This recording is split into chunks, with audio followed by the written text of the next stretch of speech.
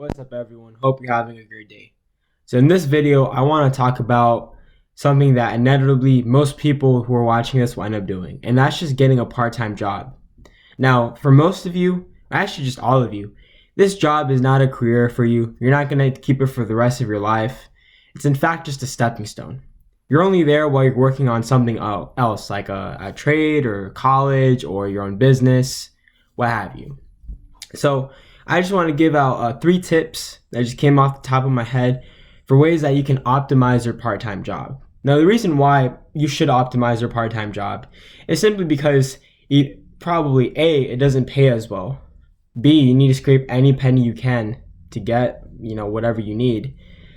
And C, it's a stepping stone. You want the experience to be as smooth as possible, and you want to be able to reap the best rewards that you can, because that will help you have the greater chances of success into the future.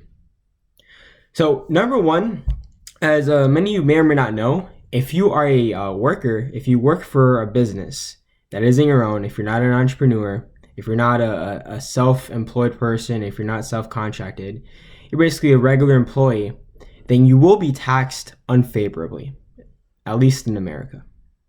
It's no secret that any time that you work, let's say 40 hours, and let's say you get paid $10 an hour, for 40 hours, you were supposed to get $400. On paper, you do get that, but you actually don't receive that thanks to all the taxes that are in it.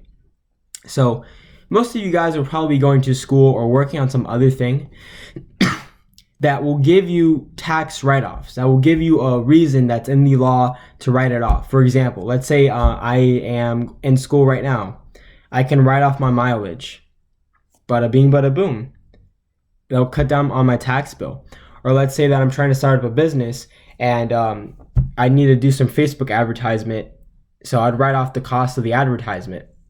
That would bring down my tax bill that I have to pay out. And it's better that the money goes towards something productive, someone other than the IRS, because they're not really going to do much with your money, as Grant Cardone says.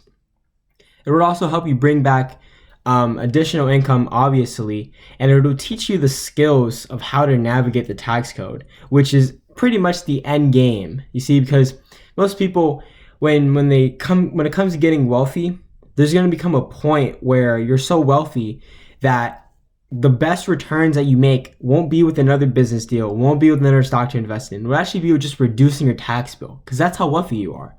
So it'll give you some experience with that. It'll dip your toes in the water, and by the time you'll be wealthy, you should have more of a game plan, more strategies in it to save on money that you give to the government in form of taxes.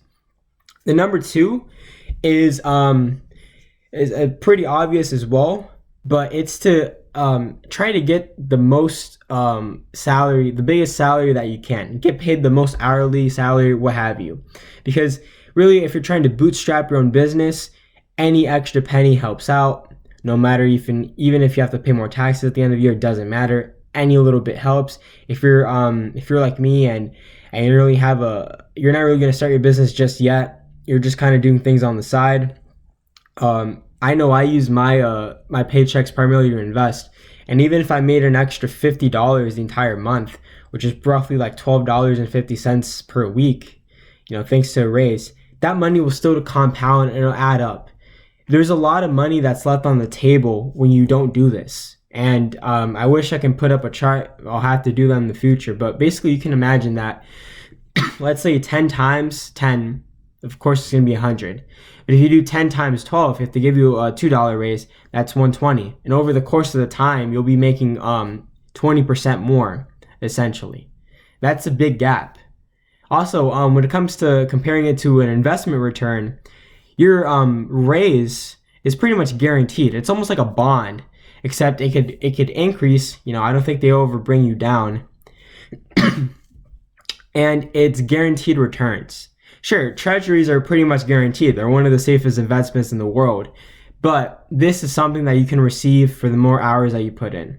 Also, too, another thing is that you need to really value your time, especially if you're an hourly worker, because your time is like the only resource that you can ever get back. Really, in essence, time is priceless. it has an extreme amount of value because 1 unit of time could be used to do anything. For example, if I had 1 hour, I could build a building, if I, of course, I had enough workers, or if I could do something that's productive. If I had $100, there's only so much I can do with that. There's no point in really investing it if I'm about to die, let's say. And time lets you do things. So respect your time and use your time wisely. Why not have it be worth more? Have it, at least if we're using the same example, if it's $10, try to get it to $20. Of course, if they were truly paying you for your time for what it's worth, time would be priceless. It would be an infinite amount of money, but at least try to get closer to it. And like I said, any little bit helps out. And so going into it and asking for a raise for some of you guys might seem intimidating, but really, if you're a good worker, they're not just going to fire you. There are costs associated to firing and training new people. So it's against their advantage to ask for a raise. Also, like I said, there's a lot of money that's left on the table. And more importantly, I think, is that it gets you used to negotiating for yourself. You see, because once you graduate and you have all of these qualities to provide to the workforce, you might be getting different offers. You might be tempted just to take the first one that you get. But look at all your opportunities and pick whichever one is the best one, and then leverage your strengths to make that even a better opportunity, to get more out of it, more benefits that you deserve for yourself. And you're not going to do that if you don't know how to negotiate. If you are too scared that they might reject you, or they might consider you as less of a worker, they might ruin your future evaluations. Really, you shouldn't be worrying about that. Just ask for it. Say, hey, what could I do to get a raise? What steps could I take to become a more valuable worker to you? Those are some things you could say. And the worst thing they could say is just say no. All right. I mean, like, I did it recently and they just laid down a bunch of steps why, and I was like, okay, I understand this. It's not like they're going to keep me pushed down here forever. It's like I can do things and hopefully to make better. And so we have the tax write-offs. Definitely write off every single bit you can. Very important. I don't care if it's only $1 that you can write off. Write off everything. Keep track of everything that you buy. And just, if you use an accountant, you normally, for the taxes that you do, if you're an employee, you don't normally need an accountant, especially if it's an hourly W-2 employee. You really don't need it. It's kind of a scam. But if you happen to use one, might as well have them actually work for you and do something productive and write off everything possible. Keep track of things that you buy. And I don't mean you need to keep track of your receipts. Of course, that can be helpful. But if you use like a credit card, it's on your statement. And to my knowledge, guys, I'm not an accountant. I haven't written off anything. I will write something off. I write off a ton of things off when I do my taxes. But I've asked other people, my father and friends included, and they just say, just keep track of the amount of money you spend on something that can be written off, like mileage for school, and just keep a record of it. And if you don't have a record of it, just hope that you're right, and now you get audited. But since everyone pays with debit and credit cards, you just ask for a statement. And boom. That's good enough for them, and just say that this is what you used it for and whatnot. So the last thing, though, that is really probably going to be the most beneficial long term would be to just develop your skills. Now, most people might think, oh, it's a part-time job, it's an entry-level position. What skills could I possibly develop? And a lot of you guys are mostly competent, just like me. So real basic skills we don't need to learn. But guess what? It's good to touch on them. It's good to learn them and relearn them. Because in my example, for instance, I work at a grocery store and I have to deal with customers all the time. When you operate your own business, or when you get your job in the future that you really want, you have to talk to customers. Customers are the lifeline to your business. Customers are extremely important. Without customers, we have nothing. So and it also doesn't help that sometimes they can be, as you can put it, grouchy and bratty like. So knowing how to navigate and persuade the customer to see a different viewpoint and how to make their day is really going to help you out. Even if you're making the business owner rich instead of yourself, these skills will help you in the future. Also, you can meet people while you're working. They might notice your dedication. They might notice you're tactile, you're responsive, you're aware of your surroundings, you're nice to people, charismatic, the way you carry yourself, the way you speak to people. They might notice you and recommend you for other better jobs. I've gotten some opportunities offered to me just from being there in person and just being myself and putting my best foot forward. So those skills and that network that you can make is going to take you places. You never ever know when you might need something from someone else. You never know when you might need to come back. Let's say you work, you save a bunch of money, you start your own business, and something doesn't work out and you got to come back to your part-time job, basically with the tail between your legs. If you left and said, hey, I'm out of here, peace, it's not the best thing.